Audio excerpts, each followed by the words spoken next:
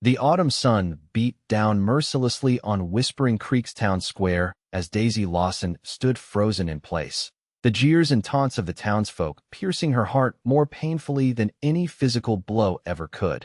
Her large frame, making her an easy target for their cruel mockery on this otherwise ordinary market day in 1878. Whispers and wildflowers, the laughter swelled around her like a violent storm. Daisy clutched her basket of freshly baked bread tighter against her chest, as if the loaves could somehow shield her from the hurtful words. At 23, she had endured this treatment her entire life, but today felt different, more pointed, more public. "Look at her, takes up half the square," called out Jeremiah Thompson, the butcher's son. "Careful she don't break the boardwalk," another voice chimed in. Daisy kept her eyes fixed on the dusty ground. Her cheeks burned hot with shame as she silently counted to 10, a technique her late mother had taught her. "They can only hurt you if you let them," her mother would say. But those words offered little comfort now, with what seemed like the entire town of Whispering Creek, Colorado, gathered to witness her humiliation. She had only come to deliver bread to Mrs. Patterson, who had been kind enough to commission Daisy's baking services despite the town's general disdain for her. Now, trapped in the center of the square with no clear path of escape, Daisy felt as though the walls were closing in. "Maybe she ate all the cattle. That's why we're having a drought," called Elmer Davis, the saloon owner's teenage son, eliciting more cruel laughter. Through the blur of her tears, Daisy noticed a tall figure approaching on horseback. The crowd's attention shifted slightly as Blake Prescott, one of the territory's most respected cattle ranchers, dismounted from his chestnut stallion. At 30 years old, Blake had built a reputation not only for his successful ranch 10 miles outside of town, but for his fair dealings and quiet demeanor. Blake surveyed the scene, his brow furrowing beneath the wide brim of his Stetson. He had returned to town after delivering cattle to the railroad station, only to find this disturbing spectacle waiting for him. Unlike many of the townsfolk, Blake had never much cared for public spectacles or cruelty. "What's all this commotion about?" he asked, his deep voice carrying across the square with natural authority. "Just having some fun with the fat girl," Jeremiah replied casually, as if discussing the weather. Blake's jaw tightened as he looked past the crowd to Daisy, her eyes downcast, her rounded frame trembling slightly. Something about her dignified silence in the face of such cruelty stirred something within him. Without a word, Blake began moving through the crowd. People stepped aside instinctively, his tall frame and reputation commanding respect even from the most boisterous troublemakers. As the crowd parted, a hush fell over the square. Even the usual background noises of horses, wagon wheels, and distant piano from the saloon seemed to fade away. Daisy sensed the change in atmosphere before she saw him. When she finally lifted her gaze, she found herself looking up at Blake Prescott standing before her. His face was partially shadowed by his hat, but she could see the intensity in his hazel eyes.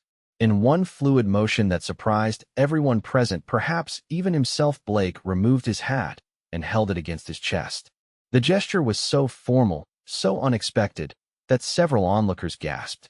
"Miss Lawson," he said, his voice clear enough for all to hear, "would you do me the honor of allowing me to escort you home?" The silence that followed was deafening. Daisy blinked in confusion, certain she had misheard him. No one in Whispering Creek had ever shown her such courtesy, least of all someone like Blake Prescott. I, she stammered, unable to form a coherent response. Blake extended his free hand toward her, palm up. "Please," he added, more quietly this time. Daisy stared at his outstretched hand, weathered from years of ranch work. It remained steady, waiting. With a trembling hand of her own, she reached out and placed her fingers in his palm. A murmur rippled through the crowd as Blake gently closed his hand around hers. He placed his hat back on his head with his free hand and led her toward his horse. "You can't be serious, Prescott," Jeremiah called out. Taking up with the town, Blake turned sharply, his eyes flashing with a warning that made Jeremiah swallow the rest of his sentence. "I believe I've made my intentions clear," Blake said coolly. "And I'd advise the rest of you to find more productive ways to spend your time."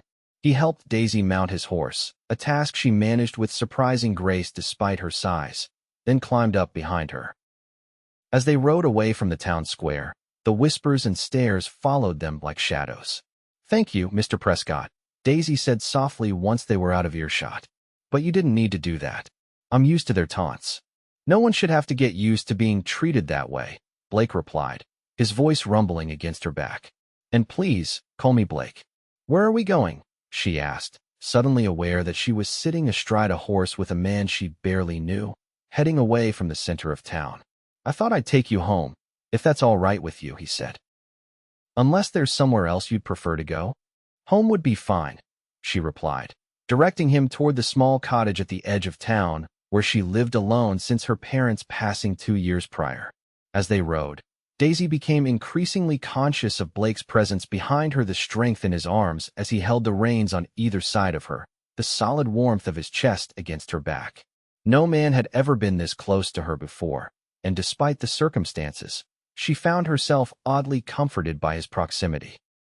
They arrived at her modest home, a small but well-kept cottage with wildflowers lining the path to the door.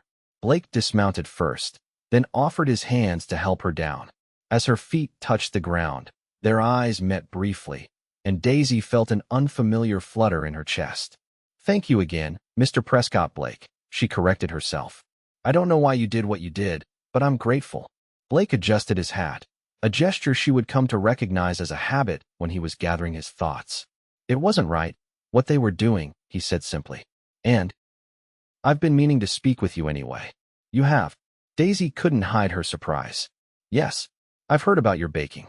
Mrs. Patterson can't stop talking about your bread, and Sheriff Williams mentioned your apple pies might be the best in the territory." Daisy flushed with pleasure at the compliment.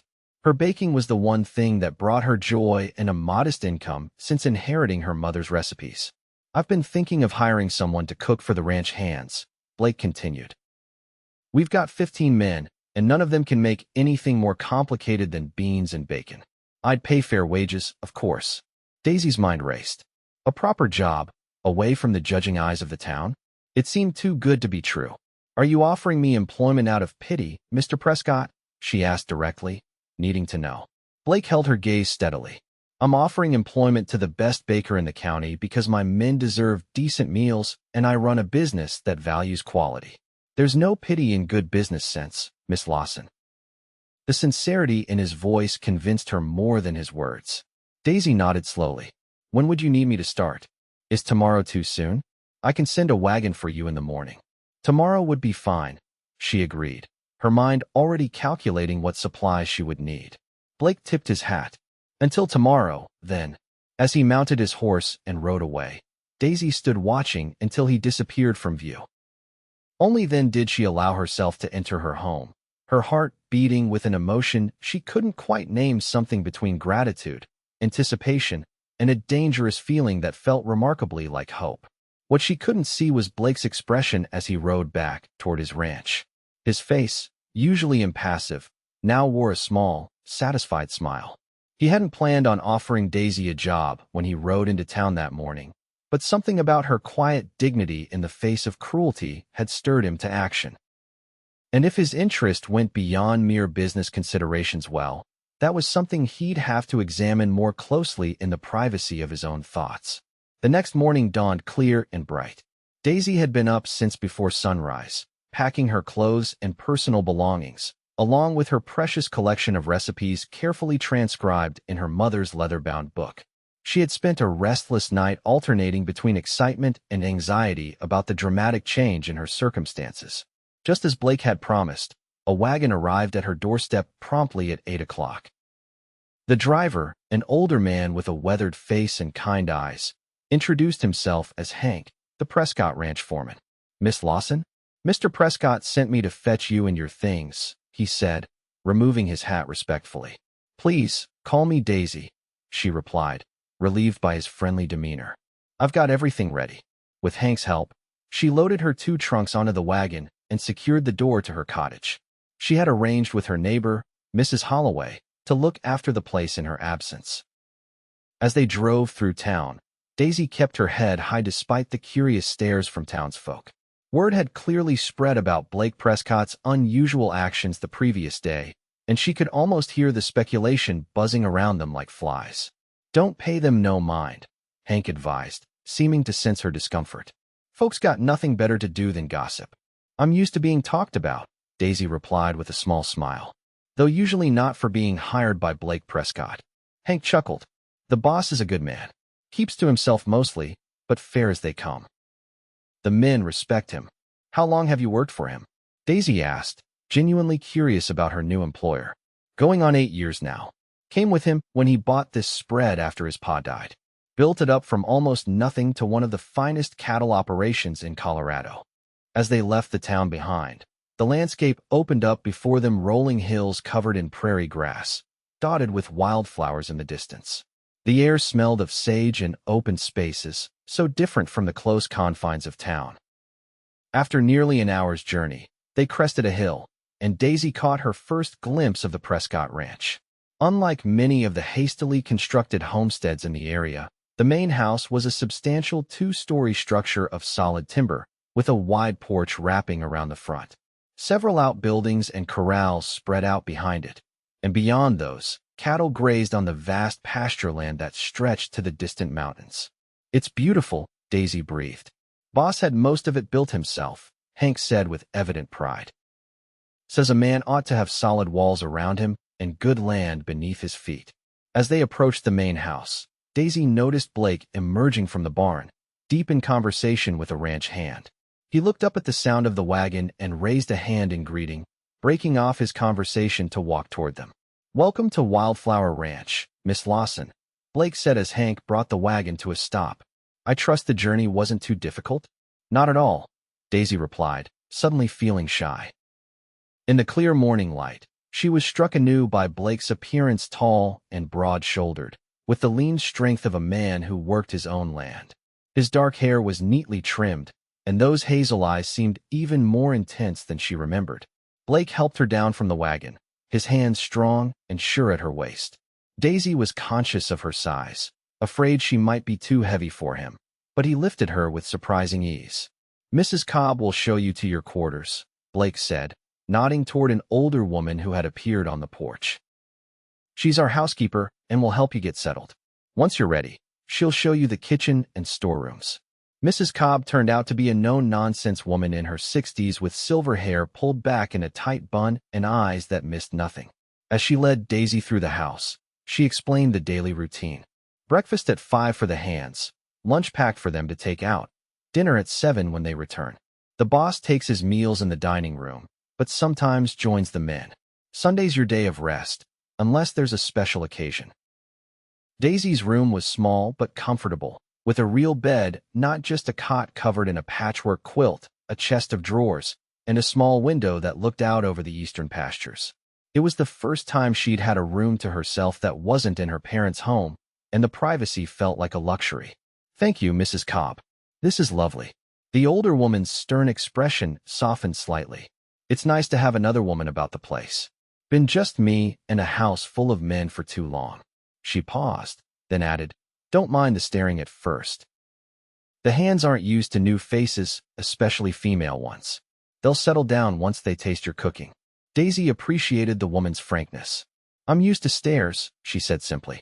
Mrs. Cobb's eyes flickered over Daisy's full figure, but there was no judgment in her gaze, only assessment. We all got our burdens to bear, girl. Yours is just more visible than most.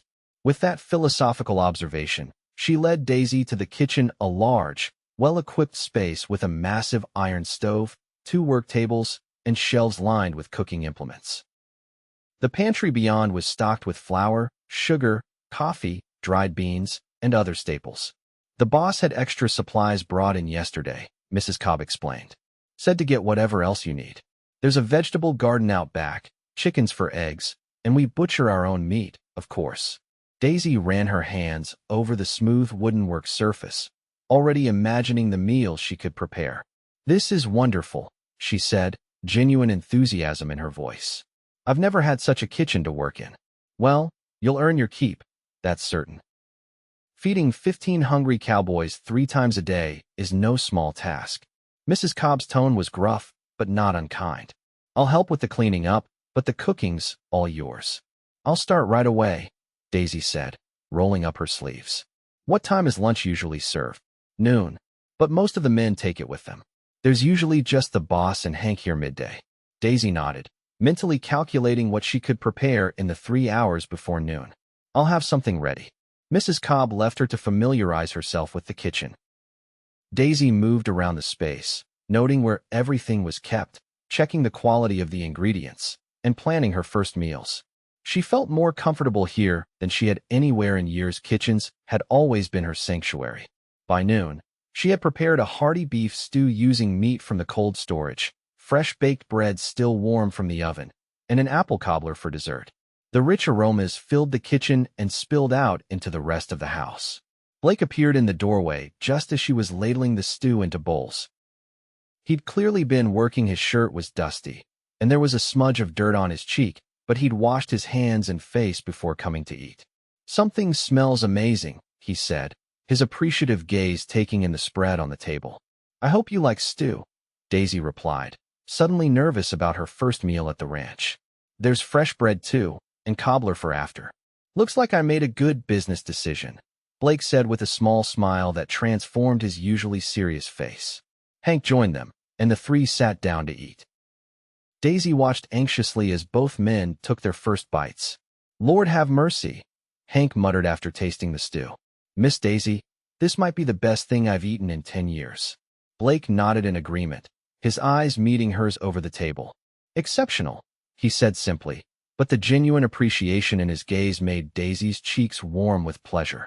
The meal passed with comfortable conversation, mostly between Blake and Hank about ranch business, cattle that needed to be moved to different pastures, a fence line that required repair, preparations for the upcoming cattle drive. Daisy was content to listen, learning about the rhythms of ranch life. As they finished the cobbler, Blake turned his attention to her. How are you finding everything so far, Miss Lawson? Please, call me Daisy, she said. And everything is wonderful. The kitchen is better equipped than I could have hoped for. Is there anything else you need? Any supplies I should order from town? Daisy considered for a moment. Perhaps more cinnamon and nutmeg? And vanilla if it's available. For baking. Blake nodded. Make a list of whatever you want. Hank's heading into town tomorrow. After lunch, Daisy spent the afternoon preparing dinner for the ranch hands, a task that required considerably more food than lunch had.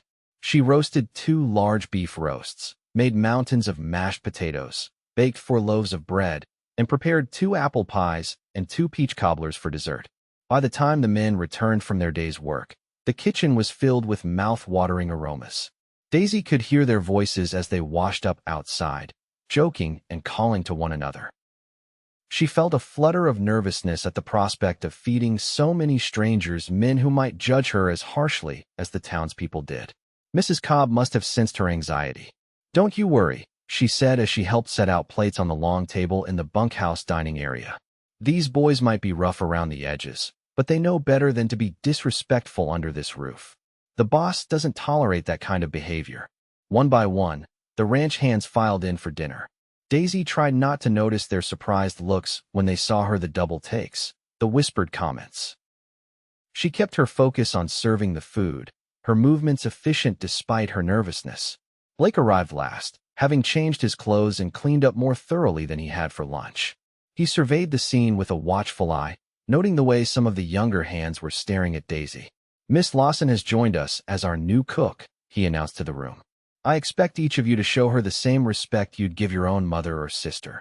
The message was clear, and a chorus of yes, sir, and welcome, Miss Lawson followed. As the men began to eat, their initial curiosity about Daisy was quickly replaced by enthusiastic appreciation for her cooking. This is amazing, Miss Lawson. Best roast I've ever had. You make these pies yourself? The genuine compliments warmed Daisy's heart. For perhaps the first time in her adult life, she was being valued for her skills rather than judged for her appearance. Blake caught her eye across the room and gave her a subtle nod of approval. That simple gesture of acknowledgement meant more to Daisy than all the verbal compliments combined. As the days passed, Daisy settled into the rhythm of ranch life. She rose before dawn to prepare breakfast for the hands, spent her mornings baking bread and preparing lunch, and her afternoons cooking dinner.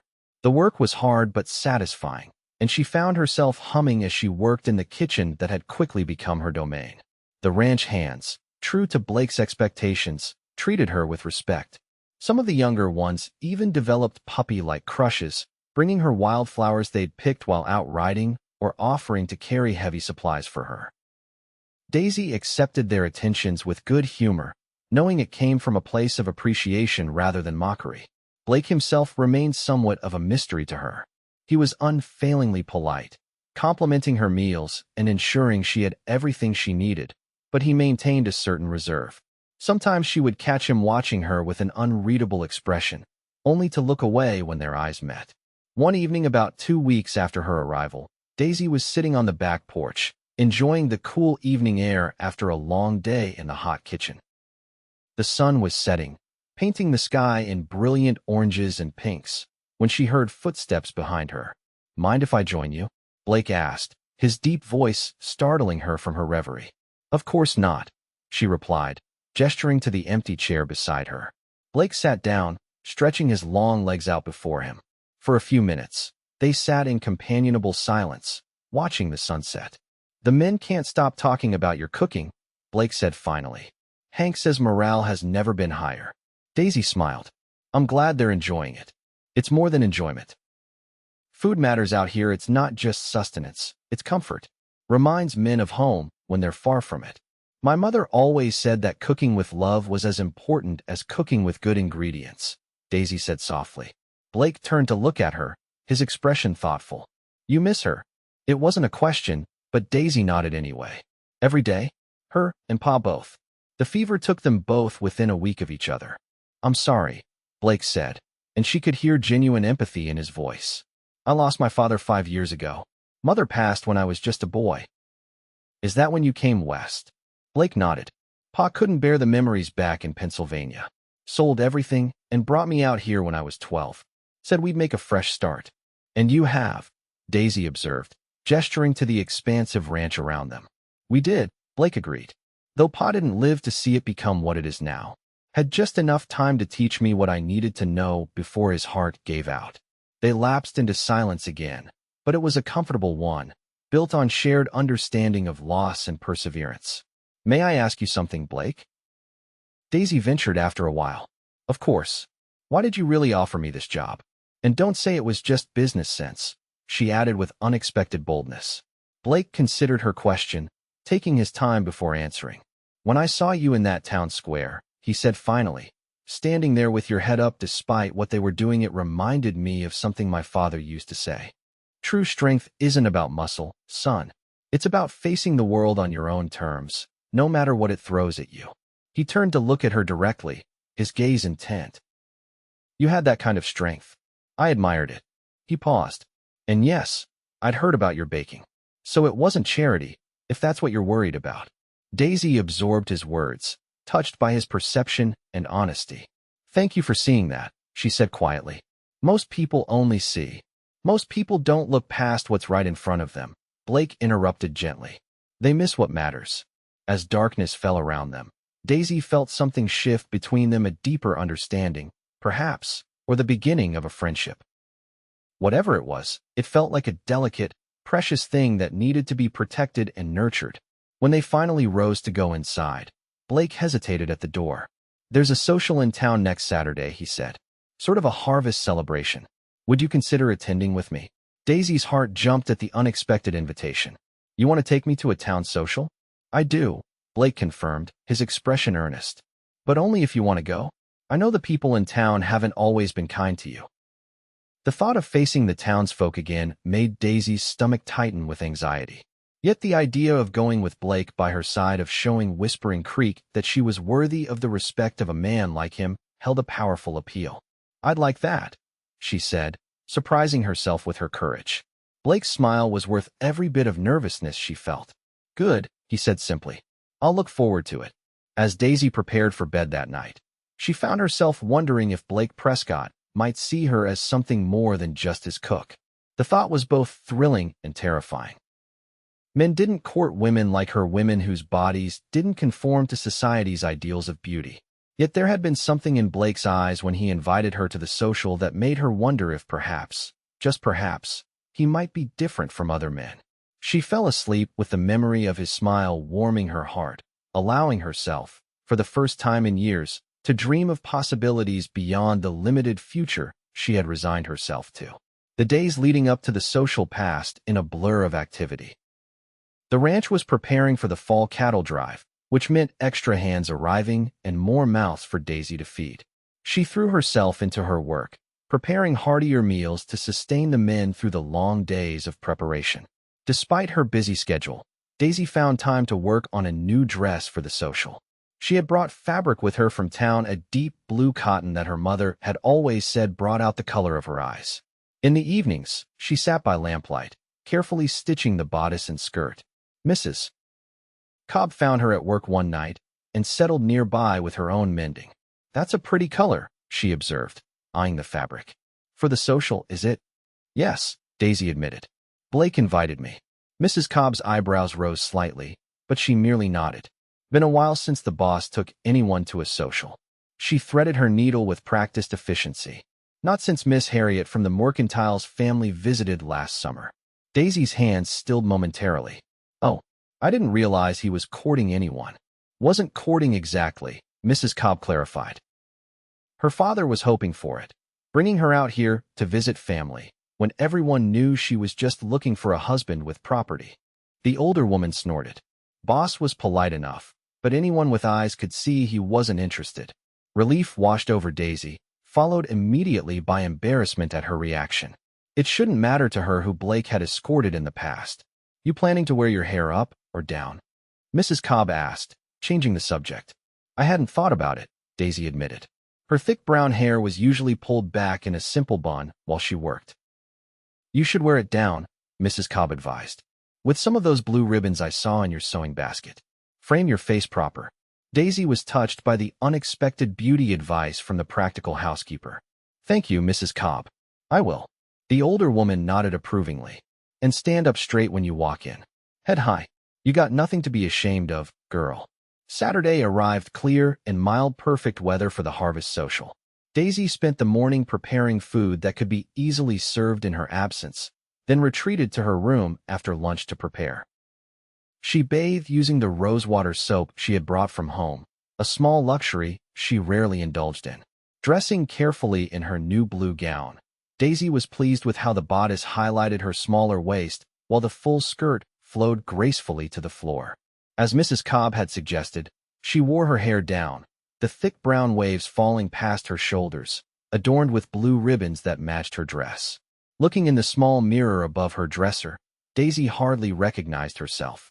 Without her usual work apron and with her hair framing her face, she looked pretty.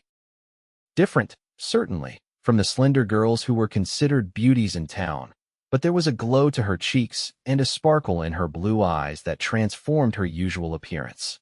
A knock at her door startled her from her self-appraisal. "Miss Daisy?" "The boss is waiting out front with the buggy," called Hank's voice. "Thank you. I'll be right there," she replied, quickly donning her shawl and taking one last look in the mirror. Blake was waiting beside a polished buggy hitched to his best horse. He had dressed for the occasion in a clean dark suit, white shirt, and string tie, his boots polished to a shine. When he caught sight of Daisy approaching, he removed his hat, a look of genuine appreciation crossing his features. "Miss Lawson," he said, his voice warm. "You look beautiful." The sincerity in his tone made Daisy blush with pleasure. "Thank you. And you look very handsome yourself." Blake smiled as he helped her into the buggy, his hand lingering on hers a moment longer than necessary. As they set off toward town, Daisy felt a mixture of excitement and trepidation. It had been months since she'd been to Whispering Creek, and her last experience there had been humiliating. But today was different. Today, she arrived not as the town's object of ridicule, but as the companion of one of the area's most respected ranchers. "Nervous?" Blake asked perceptively as they approached the outskirts of town. "A little," Daisy admitted. "It's been a while since I've been to a social." "Just remember, you're there as my guest," Blake said, his voice taking on a protective edge. "Anyone who forgets their manners will answer to me." The harvest social was being held in the town hall, a relatively new building that served as church, meeting place, and venue for all of Whispering Creek's community gatherings.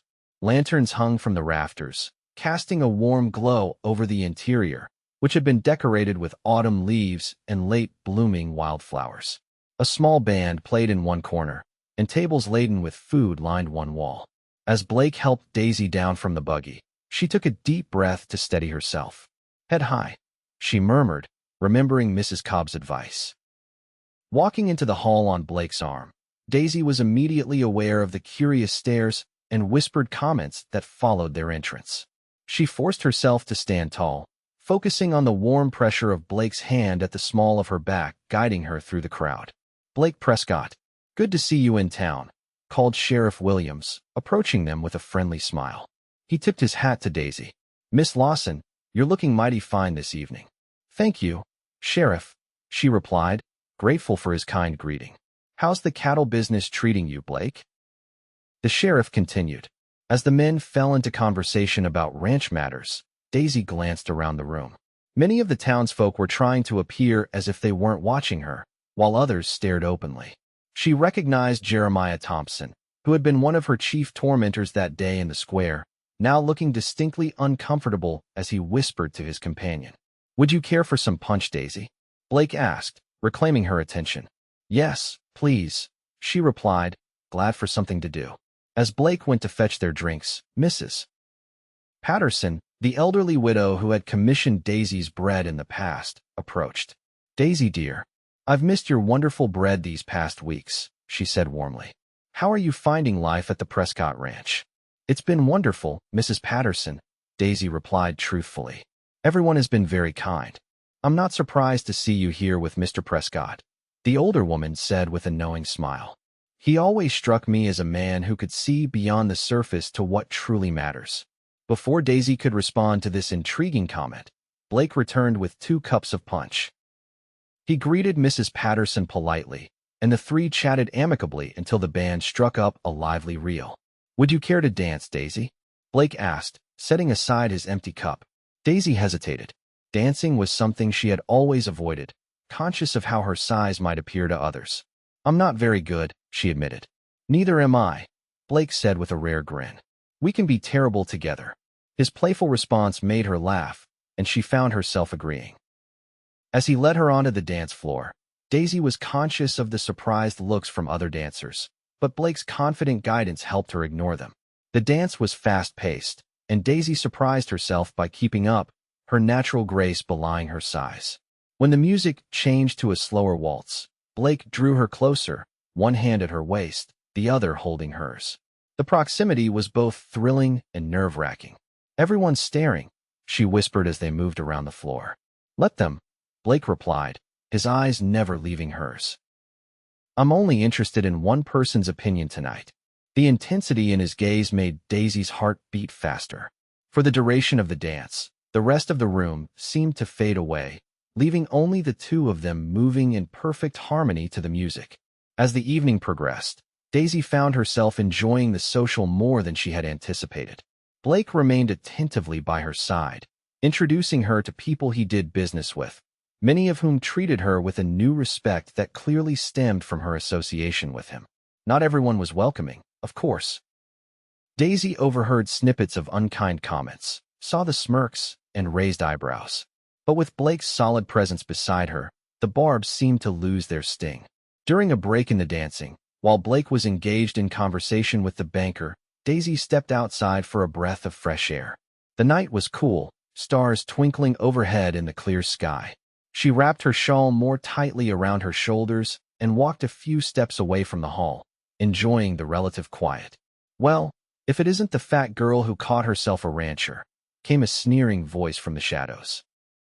Daisy turned to see Jeremiah Thompson approaching, his expression unpleasant. The smell of whiskey on his breath suggested he'd been visiting a flask throughout the evening.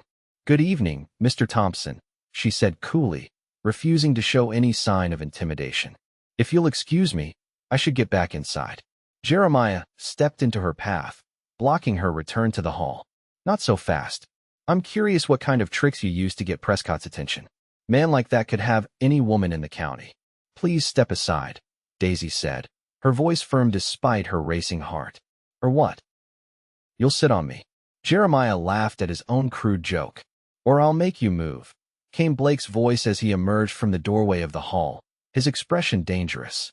Jeremiah's face paled visibly in the moonlight. "Prescott, I was just having some fun. Apologize to Miss Lawson," Blake interrupted, his tone leaving no room for argument. I'm sorry, Miss Lawson," Jeremiah mumbled, not meeting her eyes. "Now get out of here," Blake said. "And if I ever hear you've spoken to her disrespectfully again, you'll be answering to more than just words." Jeremiah slunk away, throwing one last resentful glance over his shoulder. "Are you all right?" Blake asked once they were alone, concern evident in his voice. "I'm fine," Daisy assured him. "It's nothing I haven't heard before." Blake's jaw tightened. That doesn't make it acceptable.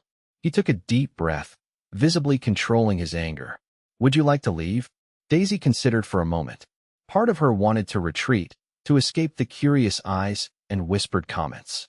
But a stronger part, the part that had stood tall in the town square that day, refused to be driven away.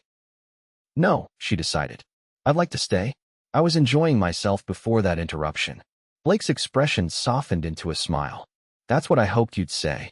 He offered his arm, and Daisy took it, feeling a new sense of confidence as they returned to the hall. For the remainder of the evening, Blake stayed even closer to her side, his protective presence a shield against any further unpleasantness. As the social began to wind down, Blake suggested they step outside again to enjoy the night air before heading back to the ranch. This time, they walked to a small garden behind the hall, where benches had been placed among late-blooming flowers.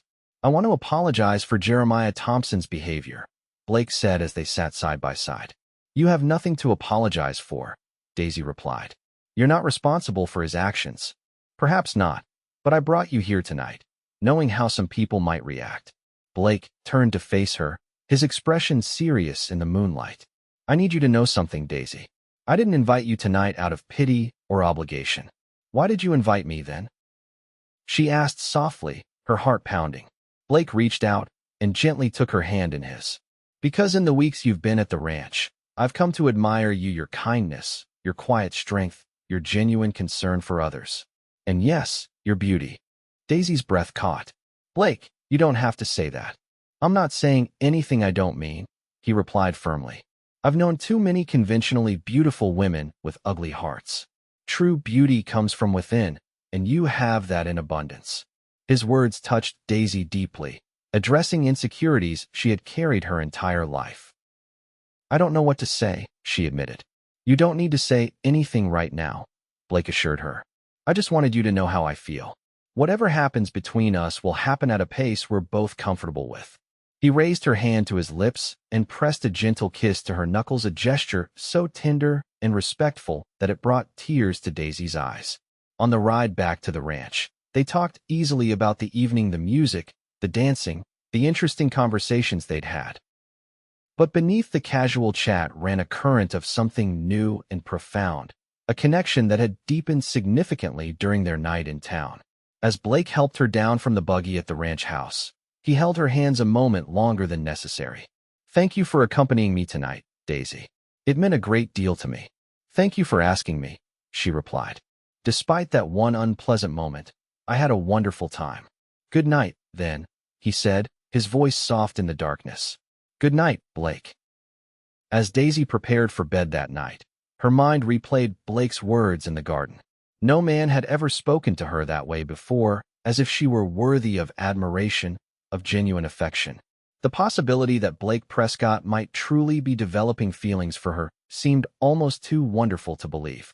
Yet the memory of his kiss on her hand, the sincerity in his eyes as he spoke of her beauty, suggested that perhaps, just perhaps, something extraordinary was beginning to blossom between them.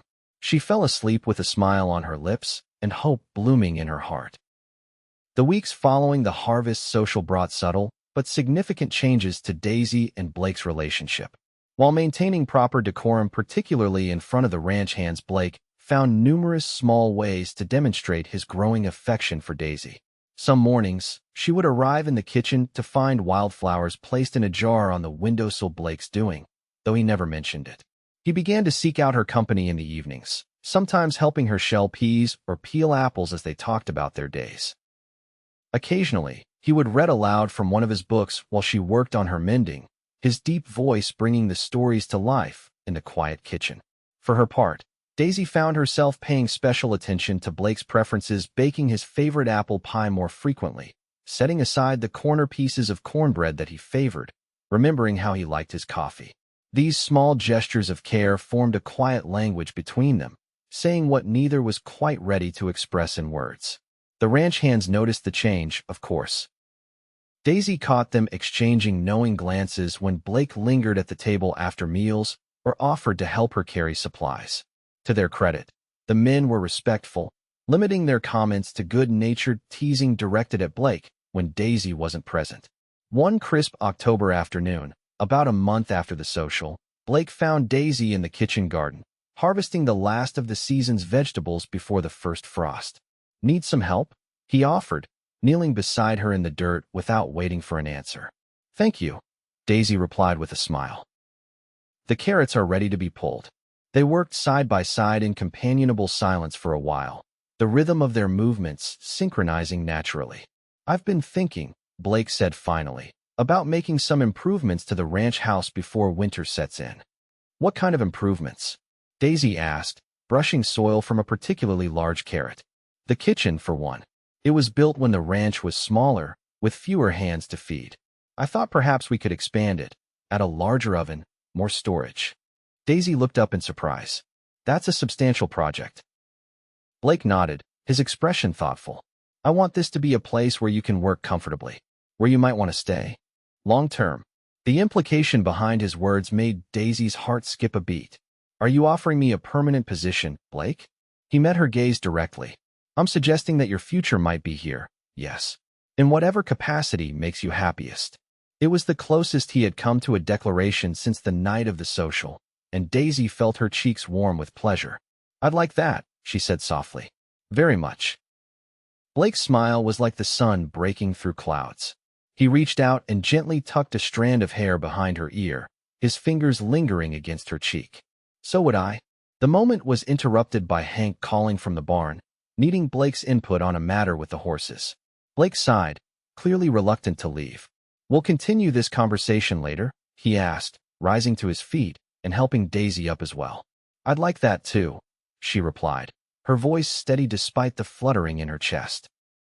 As Blake walked away, Daisy found herself touching the spot on her cheek where his fingers had been, the warmth of his touch lingering like a promise.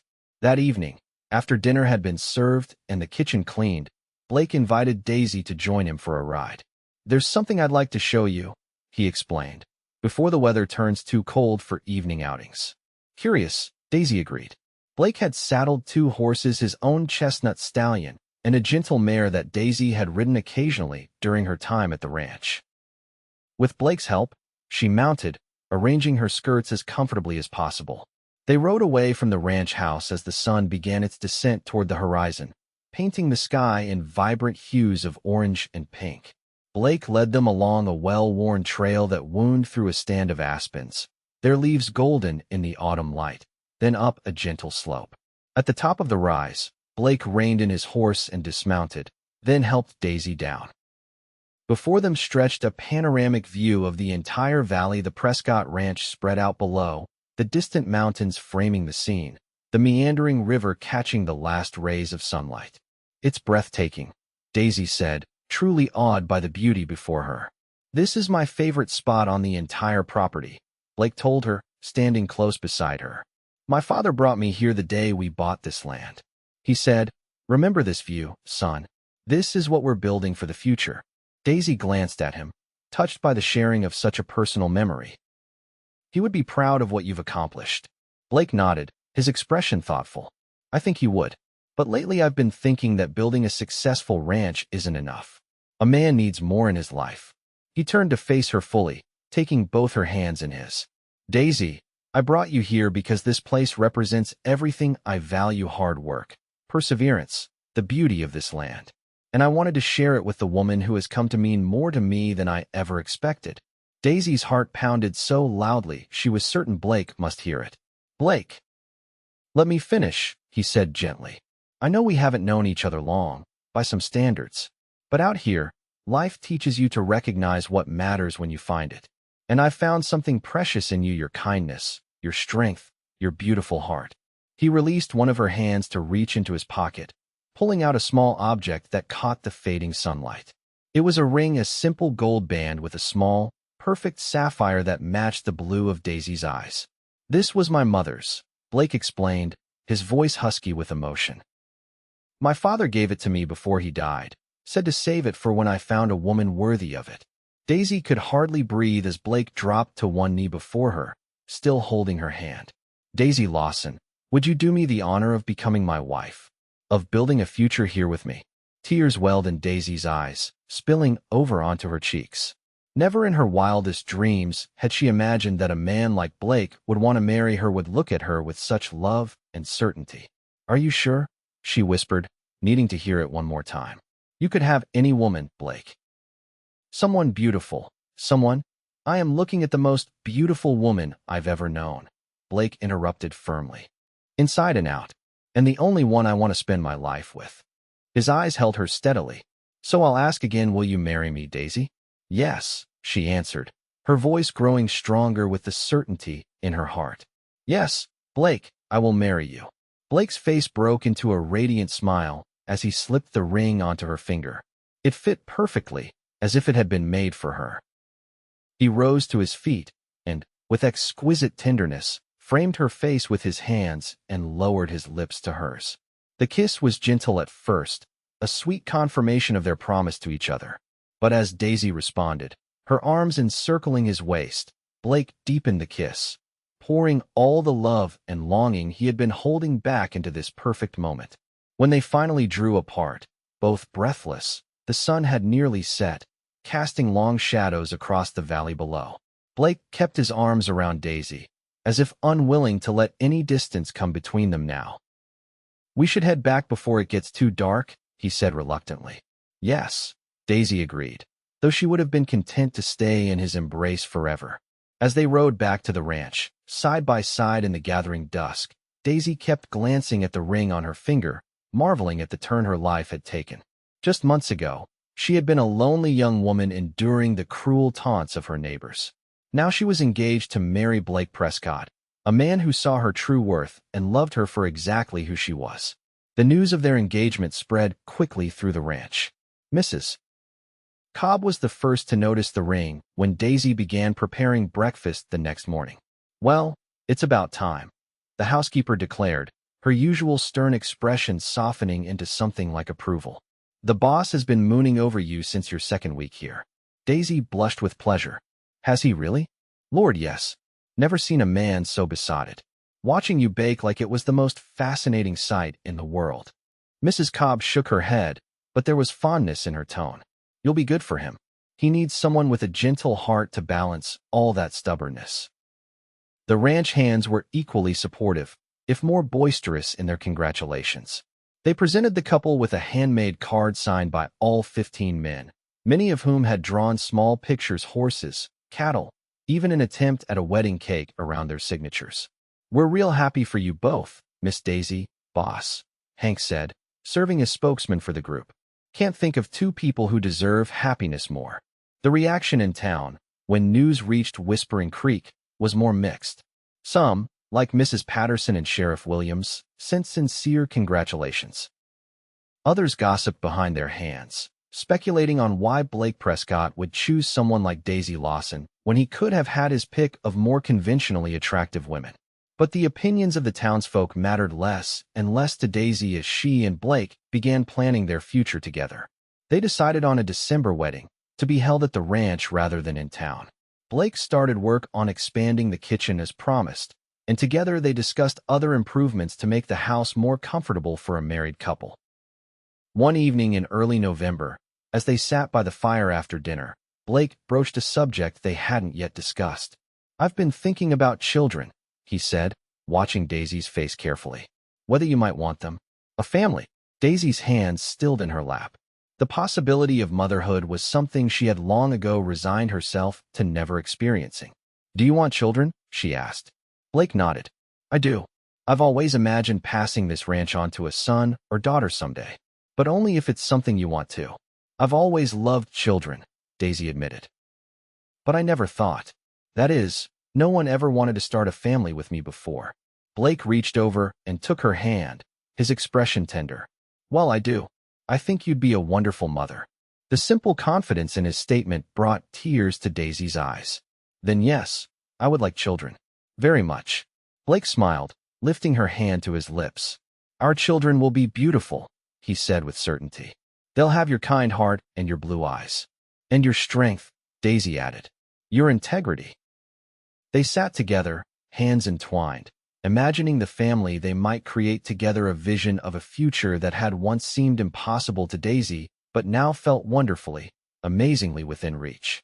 As their wedding day approached, preparations intensified. Mrs. Cobb and several women from neighboring ranches helped Daisy create a wedding dress, a creation of ivory satin with delicate lace trim that flattered her figure beautifully. Blake ordered a new suit from Denver, and the ranch hands spent days decorating the main house and preparing the grounds for the celebration. The morning of the wedding dawned clear and cold, with a light dusting of early snow covering the ground like a blanket of diamonds. Daisy stood at her bedroom window, watching the sunrise paint the white landscape in shades of pink and gold. In just a few hours, she would become Mrs. Blake Prescott, a transformation even more profound than the one from town outcast to respected ranch cook. A knock at her door heralded the arrival of Mrs. Cobb, who had taken it upon herself to help Daisy prepare for the ceremony. "Big day," the housekeeper said simply as she entered, carrying a tray with tea and toast.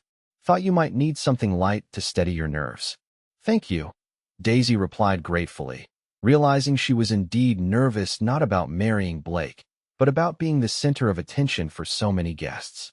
As if reading her thoughts, Mrs. Cobb said, "No need to fret about all those people. They're here to celebrate you and the boss. And anyone who can't be happy for you isn't worth worrying about."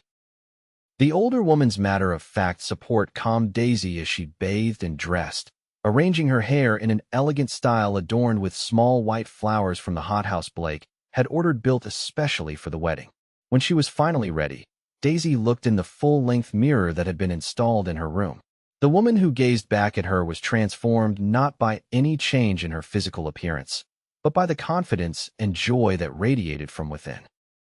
She was still a large woman, her figure full and rounded, but now she saw what Blake had always seen: beauty in her clear blue eyes, her glowing skin, the gentle curves of her body. "You look lovely, child," Mrs. Cobb said, a suspicious moisture in her usually sharp eyes. "Truly lovely." "Thank you," Daisy whispered, too overcome with emotion to say more. The ceremony was to take place in the ranch's main parlor, which had been decorated with evergreen boughs, ribbons, and more hothouse flowers.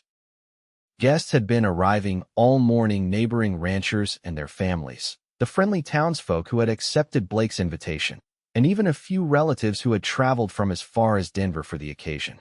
With no father to give her away, Daisy had asked Hank to escort her. The weathered foreman waited outside her door, dressed in his Sunday best, his usual weathered hat replaced by a new one for the occasion. "Miss Daisy," he said when she emerged, his voice gruff with emotion, "you're a picture, truly." "Thank you, Hank," she replied, taking his offered arm. "For everything." Together they made their way to the parlor, where soft music played by a violinist from town filled the air. As they paused in the doorway, the assembled guests rose to their feet, turning to watch Daisy's entrance. And there at the far end of the room, standing before the minister, was Blake. His face, when he caught sight of her, filled with such love and wonder that Daisy felt her nervousness melt away. This man, this good, honorable man, was waiting to make her his wife. Nothing else mattered. The walk down the makeshift aisle seemed both endless and too brief.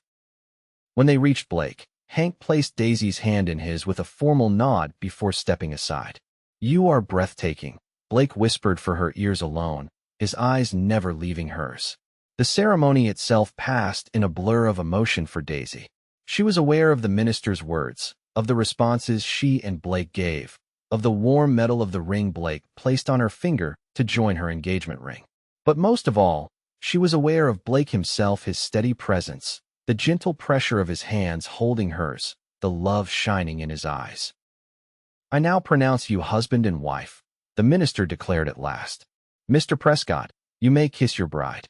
Blake did so with tender reverence. his lips meeting hers in a kiss that sealed their vows and promised a lifetime of love to come. The guests erupted in applause and cheers, led enthusiastically by the ranch hands. The celebration that followed was joyous and heartfelt. Tables had been set up in the dining room and adjacent rooms, laden with food prepared by neighboring women and Daisy herself in the days leading up to the wedding. There was dancing in the cleared parlor, the violinist now joined by a guitarist and a man with a harmonica. Throughout the festivities, Blake remained by Daisy's side, his hand often finding hers or resting lightly at the small of her back, small gestures of connection that reminded her constantly of their new bond. As evening approached and the party showed no signs of winding down, Blake leaned close to whisper in Daisy's ear. "Ready to slip away, Mrs. Prescott?" The new name sent a thrill through Daisy. "Yes," she whispered back. "Whenever you are."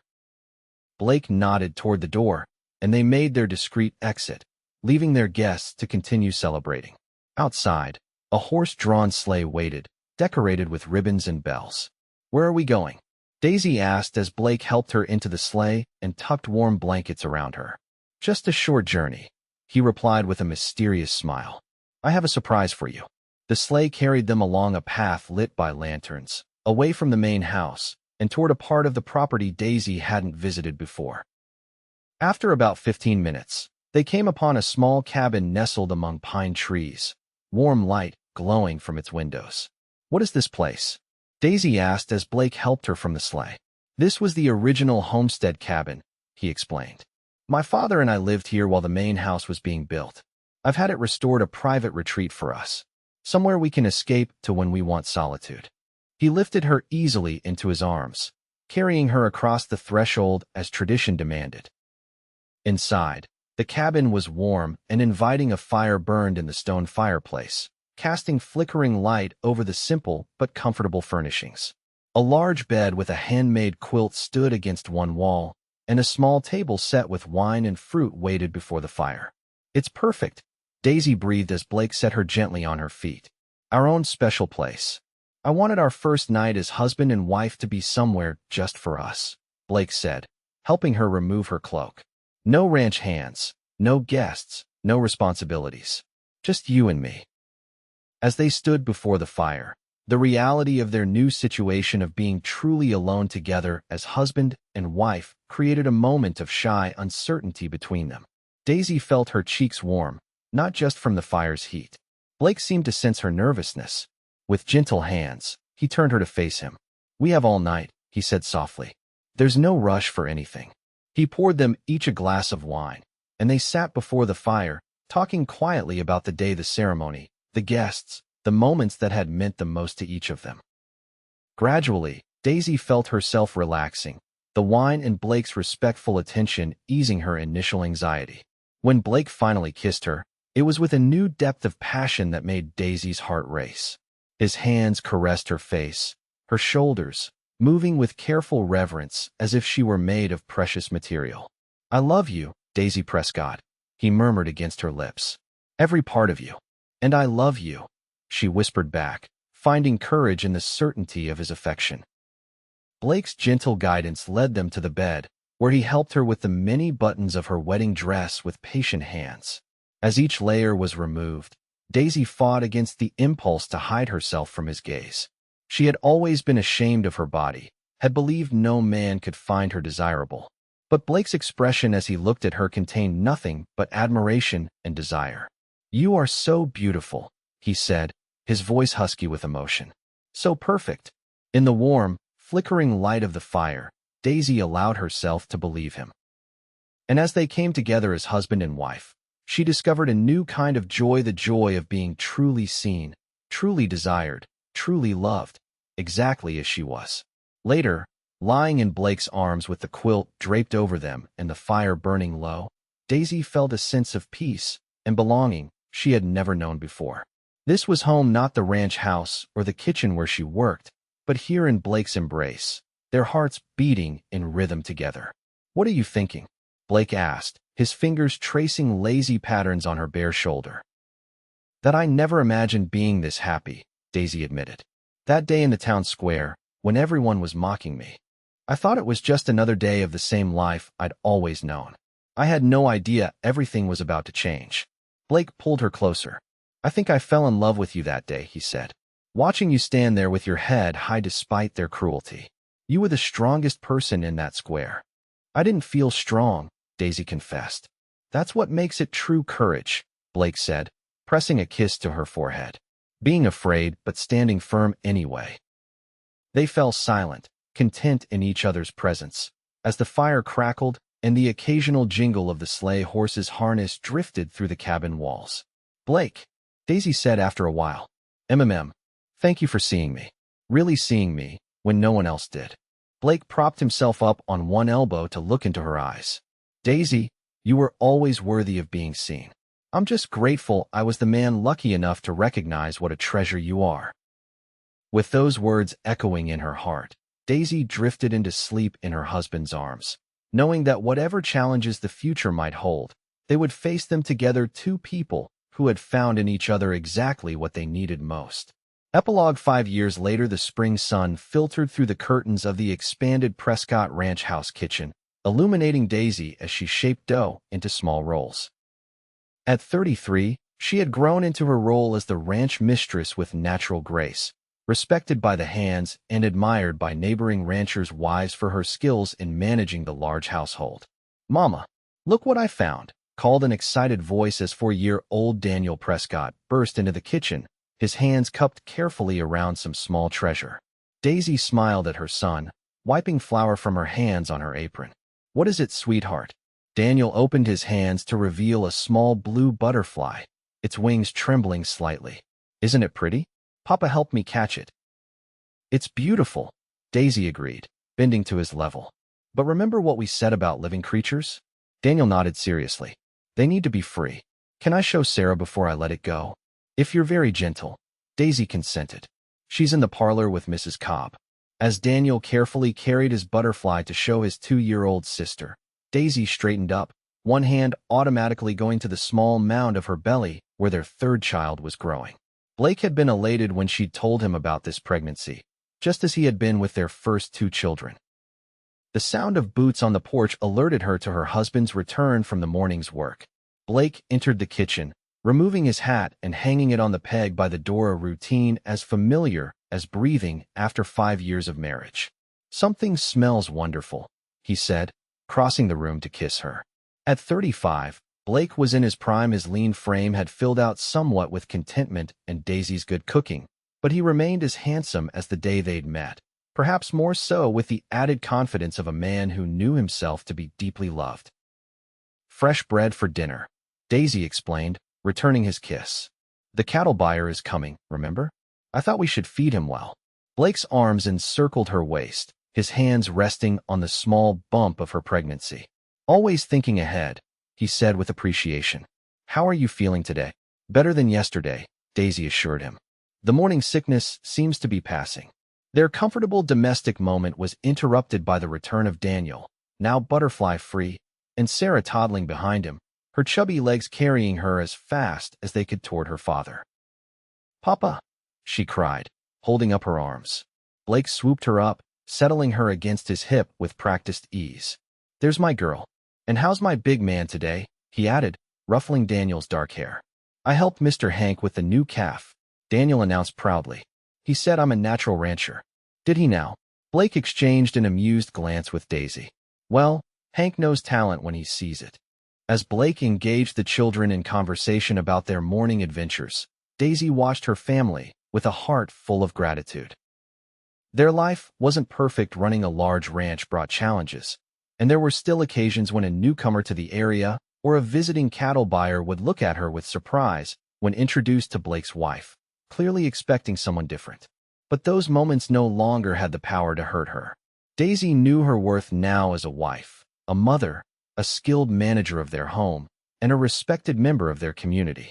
The cruel taunts of Whispering Creek seemed to belong to another lifetime. What are you thinking about, love? Blake asked, catching her thoughtful expression. Daisy smiled at her husband, taking in the sight of him with their daughter in his arms and their son leaning against his leg. Just how fortunate I am, she replied honestly. how different life can become when someone truly sees you. Blake's eyes softened with understanding. He set Sarah down gently and came to Daisy, taking her flower-dusted hands in his. "I'm the fortunate one," he said quietly.